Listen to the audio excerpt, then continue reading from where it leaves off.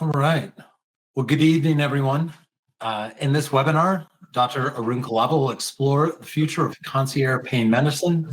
You'll gain practical insights into the growing trend of cash-based care models, why practices are making the transition, and how to successfully build and sustain a concierge practice.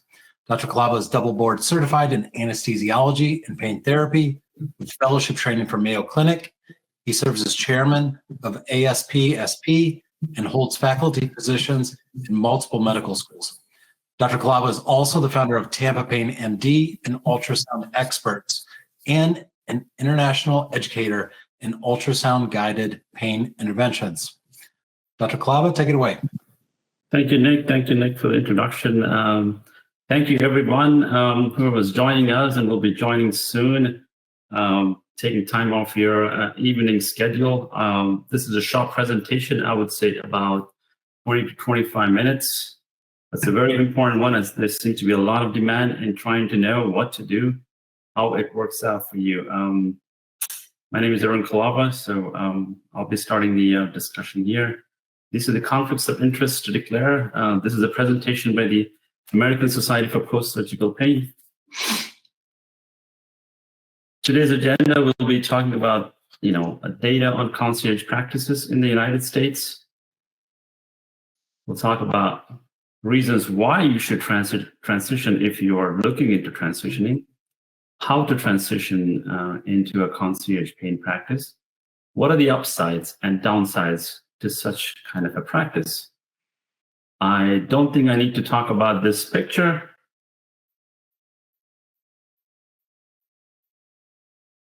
Before we start off, I just wanted to remind everybody out there, the audience, that we will have our annual conference in Tampa coming up in December 6th and 7th. We have world-class faculty who will be talking a lot about post-surgical pain, both acute, post-surgical, subacute, and chronic post-surgical pain. The registration also includes an acute pain ultrasound workshop and chronic pain ultrasound workshop. So I hope you can make it. This is a QR code. I will give you a second to just scan with your phone so you can get to the link for more information on the agenda and registration. There's about 14 CME credits available. It's winter time in December, so it's a good time to be in a warm place like Tampa. We'll give it a few seconds for people who would like to scan the QR code, and I'll start the presentation.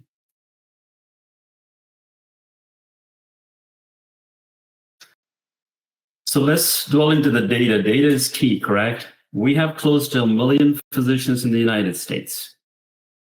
12,000 of them, again, the number is huge. There's 12,000 concierge physicians, but it's only 1% of the physician population. I try to look at the positive side. There's 12,000 people who are doing it. Why am I not doing it? A person who's negative would say, well, 99% of the doctors are not doing concierge medicine. I am scared to be the 1%. Well, it depends on your attitude, how you look at it. Primary care, as you know, takes the crown. They are the most prolific concierge physicians in the United States. There's nobody close, but specialties like dermatology and gynecology are in the top concierge practices in the specialties. The market size currently is about $7 billion, and it's supposed to triple in 10 years to close to $20 billion. Why? Because more and more physicians are looking into it. You already probably are thinking about it. You just don't know how to do it. And since 99% of the doctors don't do it, you're like, hey, I'll just go with what the herd does, follow the herd. But no, what about the 1%? What about the 12,000 physicians who made it their career choice to do concierge medicine? Currently, I looked up Google. Again, this is my personal search about searching for concierge pain practices. I found about 5 to 10 practices which are either primarily concierge or a mix of a hybrid practice. So what kind of practice models exist out there? So there is a membership model, which most of the primary care physicians would do. But we as specialists will talk about 2 different models here. There is an executive membership or an annually paid membership, like on this page on the left hand, you would see this particular pain practice charges $15,000 annually for personalized year-round care for their specific pain. They offer comprehensive medical exams, same day or next day appointments, unhurried visits with your dedicated provider. It's a dedicated phone number, telemedicine visits. They also do home visits. I am not sure if I want to do a home visit as a physician with the way patients in our practices. Pain is different ballgame, right? They might be upset. They might be in a lot of pain. They might have a gun. So you have to think about those things. Personally, I wouldn't recommend, or I wouldn't go to a home of a patient who's in pain. So it can be very emotionally charged visit, which I don't want to be in an unsafe, unknown environment. So I would want, providers, especially doing pain management, to be aware of that. You look at service-based model where you're like, okay, you charge for the service that you're providing. Like for example, this UK orthopedic surgeon says, hey, I can replace your joint for £12,000. And there's an American joint replacement surgeon who's like, clearly gives the prices on their websites, which is very good. You have a service, you tell us what the price is. There's nothing to hide about. A lot of physicians try to hide their membership fees, hide their service fees. Why? You go to a restaurant, I need to know what I'm eating and how much it costs because I'm the one who's paying the bill. So being upfront is very important. That's what I think, but you can keep your prices hidden if you like. If you look at other specialties, there is an increasing amount of physicians. Again, very little percentage of physicians get into concierge. So this is a concierge urology out of Orlando. You look at the Google reviews, they have about 800 Google reviews. So people don't hate a concierge physician. It's just that we are not comfortable getting there. Orthopedics is slowly getting there. Gynecology, as I mentioned, is among the top 3 specialties who offer concierge practice. Even neurosurgery, brain surgery, and spinal surgery are concierge now. So what does a pain doctor, there's nothing to discourage us from doing it when these surgical specialties can go.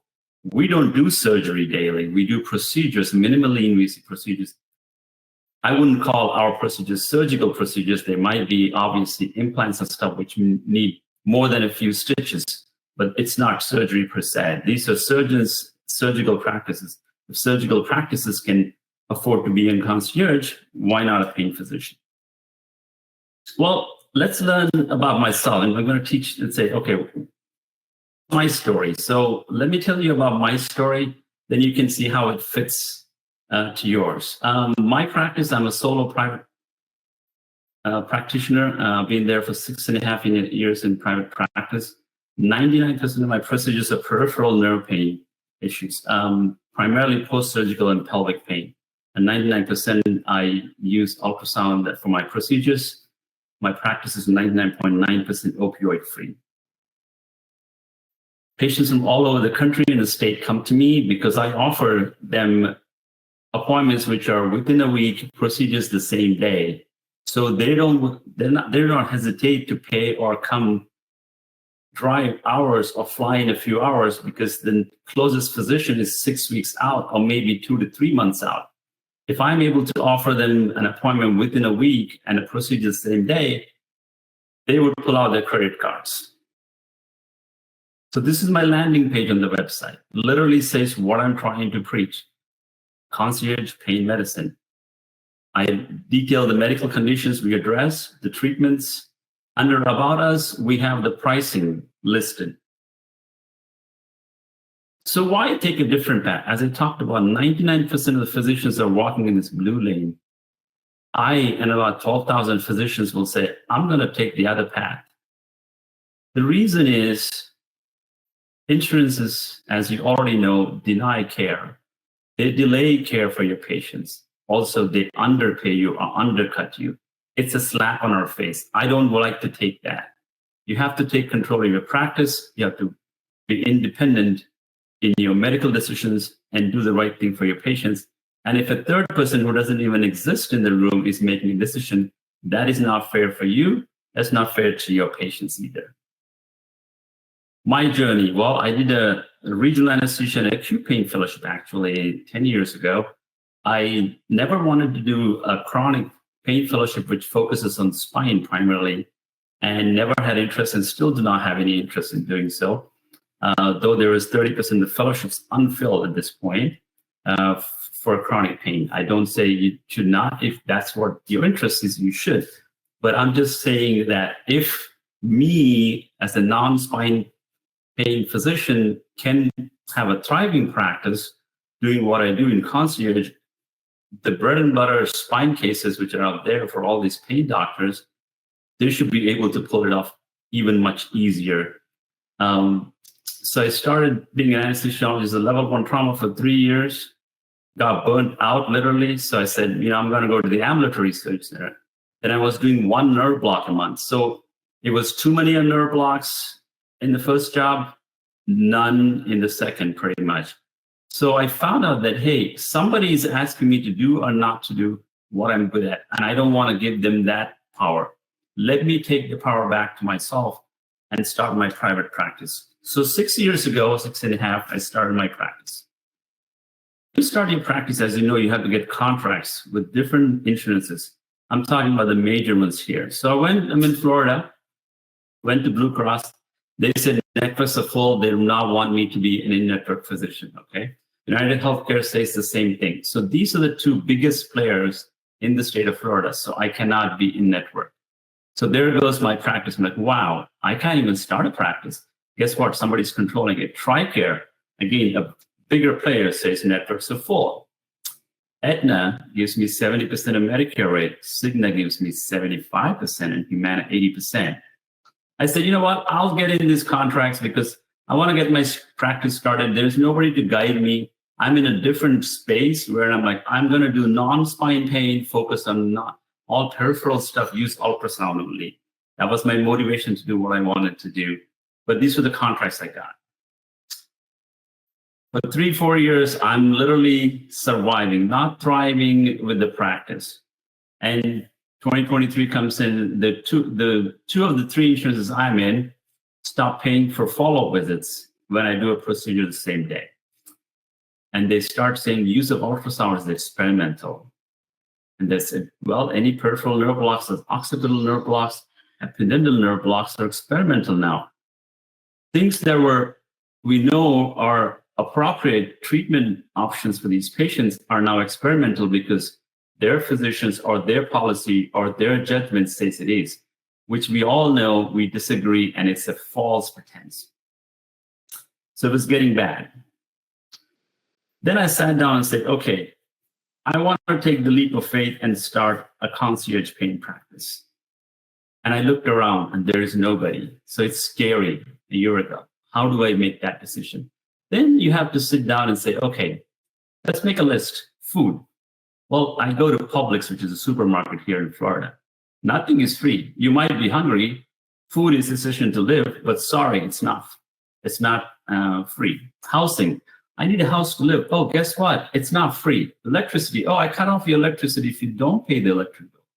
Water. I need drinking water or water to bathe. Sorry, if you don't pay your water bill, I'm going to cut your water off. Clothes are not free either. Well, I can't roam around naked either.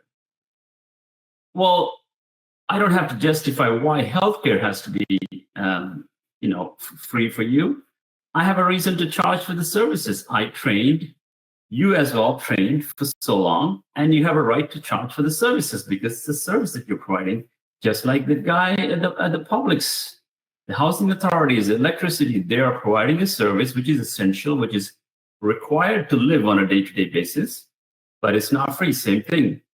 I said, well, I'm going to cut off the insurances. I also further dug deeper and said, what else is there? My AC broke down the other day. Well, there is no insurance for your AC breaking down. I live in Florida. If you don't have AC, you cannot live. So you must have it repaired. Guess what? I don't care if you're poor, rich, middle class, upper middle, lower middle. You're going to be charged the same amount by the AC repair guy wherever you go. A new AC takes about $8,000 to $10,000. So if your back is broken, if you broke your hand, guess what? You should be ready to shell out $5,000 to $10,000. Fair enough. It's a shame that physicians make less revenue than an AC company does or a plumber company because they're essential services. So am I. The plumber and AC guys are making more than you do. So, hey, guess what? I trained so long, I'm not going to be shy to switch my practice over to concierge medicine. So those are some of the reasons. I kept digging. I'm like, what else is out there so I can make sure I take the right step? This was on Reddit. The doctor's talking like, hey, the patient and I wouldn't have to deal with insurance and be handcuffed. Wait for prior authorizations, avoid peer-to-peer. I just want to practice ethical healthcare without battling insurance. We're talking like $500 for an epidural, which is nothing for these patients. As I said, your back is broken. You have leg pain, your back pain. What is $500 worth when you can get your life back? It's like getting your AC back for less cheaper than an AC repair.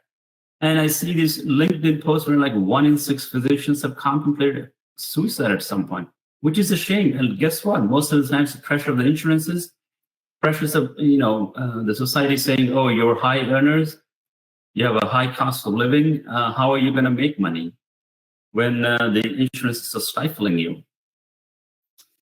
This was recent. Medicare said, oh, guess what? We're going to propose a new LCD in peripheral nerve blocks, and these nerve blocks will not be covered under these policies.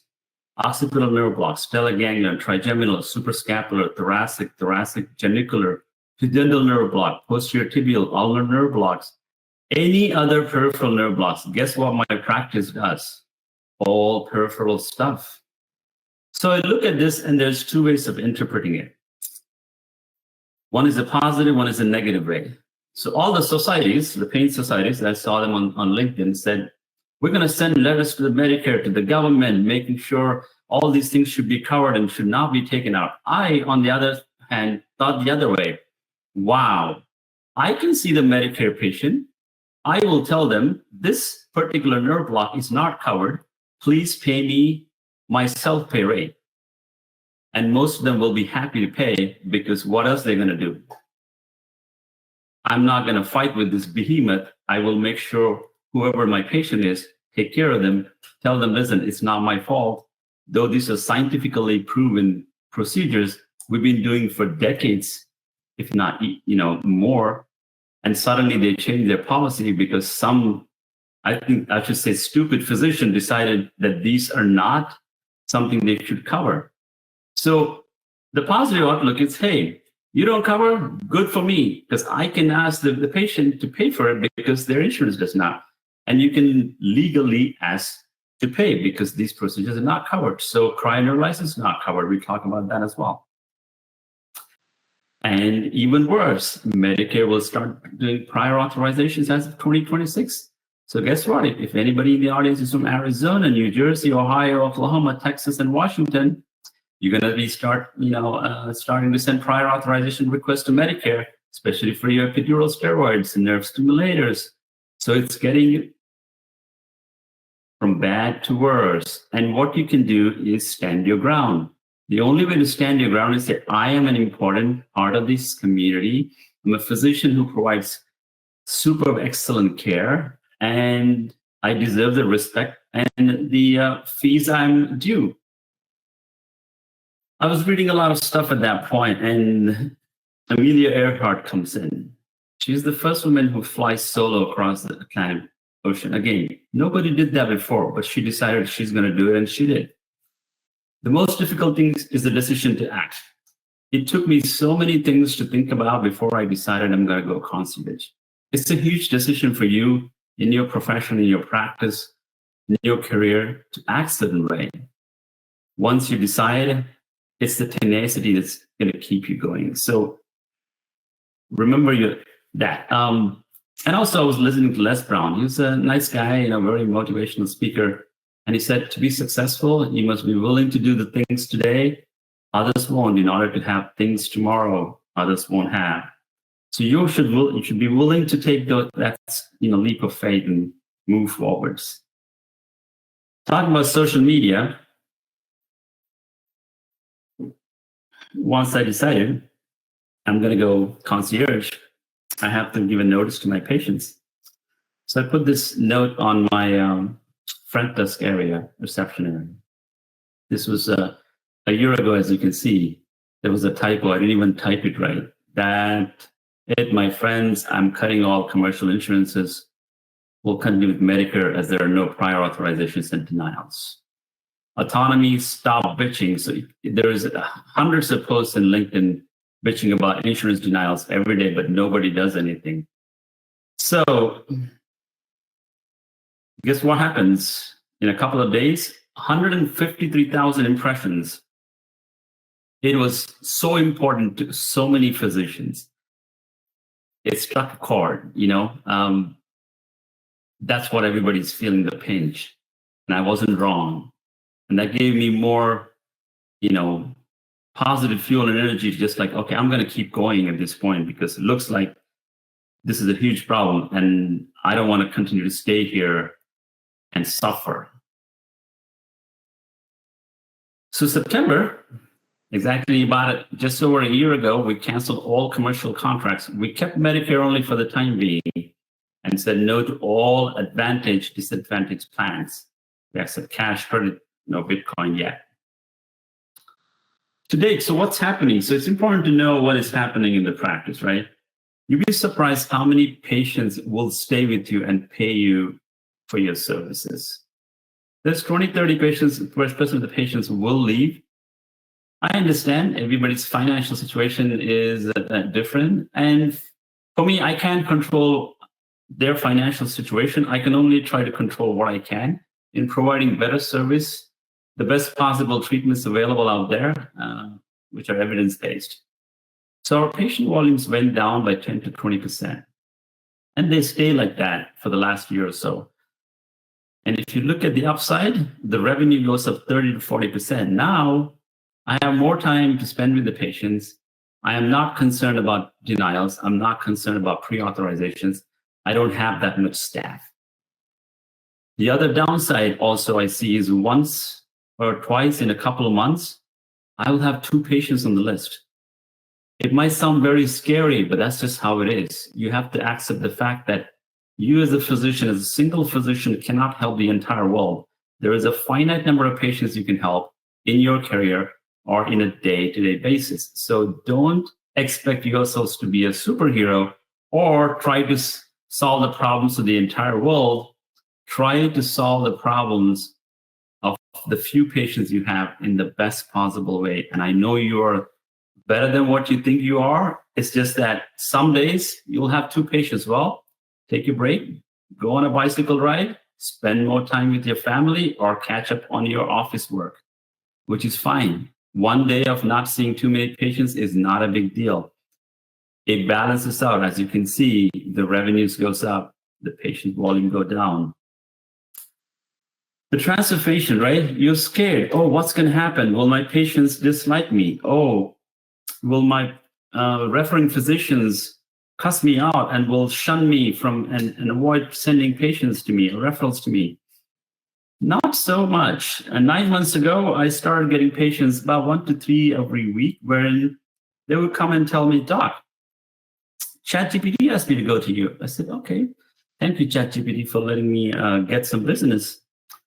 Somewhere around June, July, I said, one of the patients said, Doc, you're number 1 on ChatGPT. I said, you're joking. I don't know. I don't even know what that is. So I went on ChatGPT and said, okay, let's type this out. Best pain management doctor in Tampa. Boom. I was like, wow. So if you go concierge, you're actually the best paying doctor. The other doctors are not.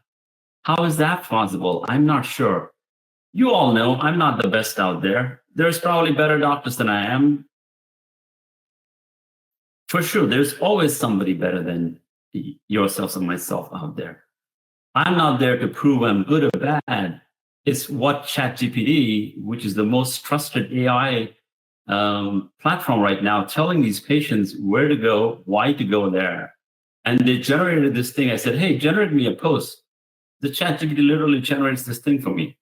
Very impressive. Going back to that, this is because we doubled our Google reviews in a year. Patients are more willing to give you a Google review when you're a concierge physician than you're otherwise, because there is the headaches with the insurance. They think it's your fault not getting pre-authorized. It's your fault not being able to work with the insurance. It's your fault to send them a bill at the end of the day, though the insurance, they think that the insurance should be covering. So you're the bad guy, actually.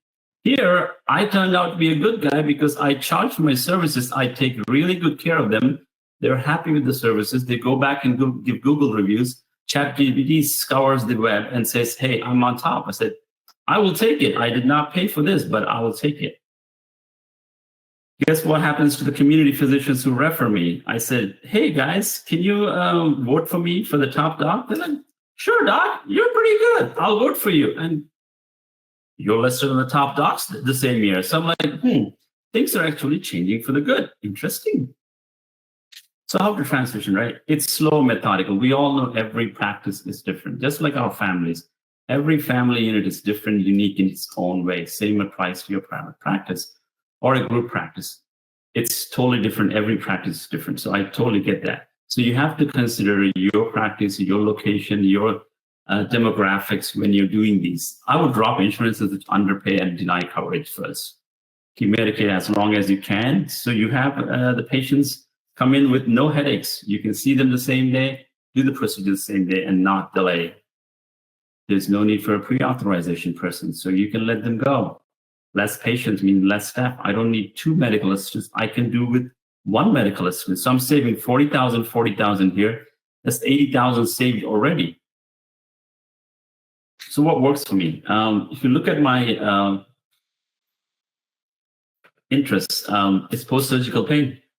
Most of the people have surgery, they're still in pain. That's what I advertise, and that's what gets me patients. Same thing, pelvic pain. There's not many people around who do pelvic pain. If me, as a person not doing neck or back, can sustain a thriving practice, pain management physicians who do neck and back and spine every day, 80% of the case volumes can easily do that. Cryoneurolysis, I offer cryoneurolysis. I'm one of the 2 physicians in the state of Florida. I think Dr. Trescott up north does cryoneurolysis. I'm in Central Florida doing this cryoneurolysis for spasticity and pain. Again, something that's not offered. So I'm offering things that are scientifically proven effective in managing pain and spasticity. The way it works for new patients is they come in, they get a nerve block the same day, they're walking out pain-free. It cannot get better than that. Oh, you come in, okay, I'll say hello to you, consultation. Let's get authorization in 2 to 4 weeks, maybe procedure in 6 weeks. Doc, I'm in pain today. You want me to wait for 4 to 6 weeks? That's not fair for the patient. They would rather pay you a few $100 and have the procedure the same day. As I said, all patients are seen less than a week. Most physicians have their books scheduled, for weeks or months at a time. My books are never full, and they're not more than a week. I probably fill in 1 to 2 days. I'm always available less than a week for a new patient. We're always looking for the next new patient to treat because we treat them, we discharge them, they're gone. We don't want them to be coming back. You fix them, you're gone. We spend more time. I offer class 4 lasers for pain, which is non-invasive. We also offer the magnetic peripheral nerve stimulation or axon therapy as a non-invasive option. We have full price transparency. All prices and fees are on our website. So if you're a new physician, you don't know what to price your services. Hey, there's a blueprint already. It's called tampapainmd.com. You go there, look at my prices and see what's fair for your location, geography, your community, and then change the price accordingly. We talked about cryoneurolysis. We talked about use of ultrasound. So if you're interested in one of those, we're having a workshop. We are the only society that offers cryoneurolysis workshops in the United States. It's called the American Cryoneurolysis Workshop. We do about 3 of them in a year. The next one's on February 7th in San Diego. So this is a QR code. I'm going to give you a few seconds to scan to get the link to learning more about what topics are covered. So we'll talk about all the peripheral nerves in a chronic pain setting that are amenable to cryoneurolysis. So it's a great workshop to attend. Again, this is the only society and the only place you can get cryoneurolysis training in the United States. So I would say if you're willing to change your practice or add on new services to your practice, this would be a great place to come and learn. I'll just give you a few seconds to scan the QR code if you'd like to learn more about it.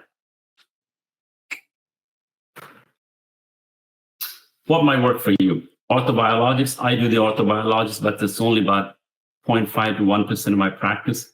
I don't market heavily because there's enough people around me. I try to offer things that others don't.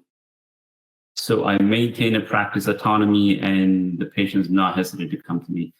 As a pain physician, you can add personal injury, workers' compensation. I do not do both of them.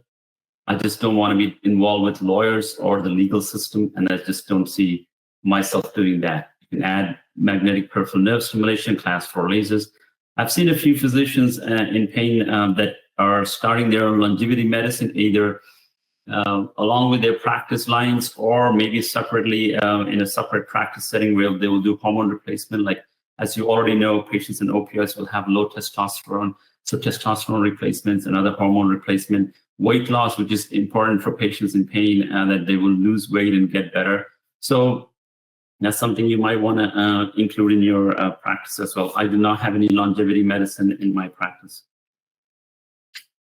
This is very important. I showed, Marilyn Monroe because she's one of the most beautiful women, as we all can agree, and some might disagree on it. That life is what you make of it. Your practice, your professional life, your career is what you make of it. Do not let others dictate how your practice, how your life is going to be in the future or currently where it is. We like her so much, we put her on the floor. Distraction is the #1 way we start treating our patients. My patients are treated before I see them. They look at the floor, they're mesmerized, they start reading, and they forget why they're here and where their pain is. So I'm distracting them and giving them some pain relief before I even see them. I continue the unique experience that I present to the patients. This is my procedure room. Most of my procedures are done supine. I understand most of the fluoro-guided procedures are done when the patients are on their belly or prone. My procedures, most of them are done when they're supine. So they're looking at the ceiling. This is the ceiling in my procedure room. Again, you see the patient the same day. You do the procedure in the procedure room like that. What do you think the patient would think? And they're out $500 to $700 out of their pocket. You tell me how they would feel. So we're coming to the end of the presentation. What do you choose? You want 20 to 30 patients a day? Do you want to help the entire world on your own? You want to do a hurried care, deal with pre-authorizations, have a lot of stress, less time with family, or less time for self-care, or you choose the left. A more personalized care, more time with family, more time for self-care, less chances of having suicidal ideation, which is a shame to even talk about. And for somebody who says, oh, I don't have a choice, guess what? When we wake up every day, we have a choice. And I also want to remind you, you have an unrestricted medical license to practice in the United States. Do not, please restrict your ability to practice because of somebody else saying that you cannot do a certain procedure on a certain patient. That's restricting. This is called a self-restricted, self-imposed restriction, which we buy into insurance companies. So if there is restricting you and you're struggling, time to get out. Just a reminder again, at the end of the presentation, we have the conference coming up in Tampa. This is the QR code for more information. We'll talk about cryoneurolysis. We'll do workshops on ultrasound, both for acute pain and chronic pain. So I would personally welcome you all to attend the conference later this year. It's 6 weeks from now, so the countdown is on. This video, this presentation will be recorded and be on YouTube in a couple of days. So we'll have a link ready for somebody who wants to watch this again or would like to pass it on to their colleagues for more information. And that will conclude the webinar. I really appreciate you guys spending the time with us today. And I'm ready to take any questions that might be there. The first question is, has the passage of No Pain Act changed your practice at all? The answer is yes and no. Since I take Medicare patients, cryoneurolysis is now covered by Medicare if you do them in an HOPD, a hospital outpatient department, or an ASC. So that's a very important development. But cryoneurolysis is not covered in outpatient settings, so I actually charge the patients saying, this is not covered by Medicare. You can go to a hospital setting where cryoneurolysis is offered and the next stop is Atlanta. So you can either buy a ticket, get the hotel, or pay me the same and get the service locally. So most people would just decide to stay with me. Are you still practicing the oral? Is there any issue with accepting Medicare, Medicaid insurance for perioperative blocks versus blocks you do in the clinic? Am I still practicing the OR? No, I am not. Is there any issue with accepting Medicare for perioperative blocks versus blocks you do in the clinic? There is no difference in blocks that you do perioperatively. Perioperatively, you need the blessing of the surgeon. I do not need a blessing of another physician to tell me what I need to do. So I would say I have the autonomy to do whatever block I think is appropriate for the patient, and I would do that, and Medicare does cover that in the post-operative period. Because the patient is in chronic pain, will ultimately without their credit card if you promise payment, are you concerned with the inherent conflict of interest involved in suggesting expensive self-pay therapies when an insured therapy that would result in less revenue for you might actually be the gold standard for a particular condition? First, you never overpromise and underdeliver. And I don't think anything I charge is excessively expensive. So that's the thing. There are people who would scam people, right?